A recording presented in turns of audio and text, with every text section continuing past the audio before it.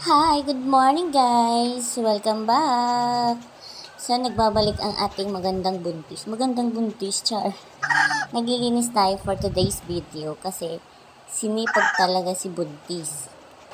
At syempre, araw ng Sabado, kaya kailangan natin maglinis ng ating kwarto. Kahit minsan, maglinis lang, yun lang at ang magagawa.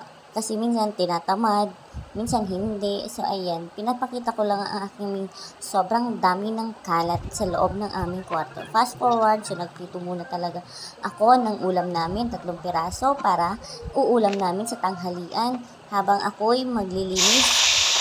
At habang sinasalang ko yung pinarito ko, ay babalik tayo sa aking paglilinis. Ako'y nagmap muna ng madalian kasi babalikan ko yung niluluto ko. Habang nakasalan siya, ako'y nagmamap para mamaya tuyo na yan. At aking babalikan na naman mamaya para magpatuloy ang aking paglilinis. Fast forward, gumawa ako ng soup. Sobrang madalian lang yan na gawin. Nilagyan ko lang yung tubig, tapos tunawin. Habang tinutunaw yan, sinalang ko na yung sakalan. At syempre, madali ang gawain lang yan. Hindi na tayo magtitimpla kasi templado na siya. Ayan, grabbing corn. Pinapakita ko pa sa likod. How to cook.